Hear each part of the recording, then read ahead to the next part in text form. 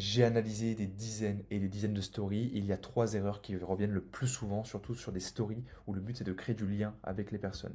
La première erreur, en fait, c'est tout simplement de partager des choses de son quotidien. La deuxième erreur, c'est de partager des choses de ta to-do list, de manière aussi complètement lambda. Et la troisième erreur, c'est de partager des choses comme par exemple le livre du moment, etc. Pourquoi ce sont des erreurs? En fait, ce ne sont pas vraiment des erreurs. Le gros problème que j'ai avec ça, c'est qu'en fait, on propose quelque chose par principe.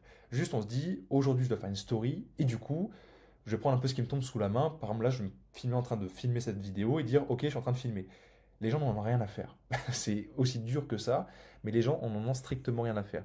Ça les intéresse quand il y a un intérêt à avoir ça. Donc, soit la story est agrémentée d'autres stories, et donc celle-là n'est pas particulièrement importante, et d'autres le seront, ou soit celle-là doit être dans une séquence story. C'est-à-dire, on va l'utiliser pour faire autre chose, pour expliquer un concept, pour expliquer quelque chose qui va apporter littéralement à notre audience. Et c'est pour ça que ça, c'est un framework que tu peux utiliser, que tu peux copier-coller. Alors, ça marche surtout quand tu as des clients. Si tu n'en as pas, tu peux utiliser de la preuve interne, tu peux utiliser plein d'autres choses. J'ai plusieurs templates d'ailleurs à proposer. Mais là, du coup, c'est avec une personne qui s'appelle Stéphanie, où je partage ce qu'on a eu comme résultat. Et du coup, j'utilise un moment du quotidien où juste je prends une photo. Et à la base, j'avais juste pris une photo du moment où je me suis dit, OK, qu'est-ce que mon audience aimerait savoir de ce qui s'est passé avec Stéphanie? Et du coup, je l'ai utilisé.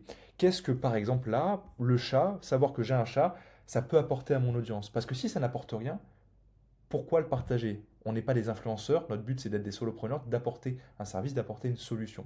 Et d'ailleurs, si tu souhaites recevoir l'intégralité de là, tout ce que j'ai expliqué sur les stories, j'ai expliqué plein de templates, j'ai donné plein de choses, juste tu m'envoies story par DM et je t'enverrai ça.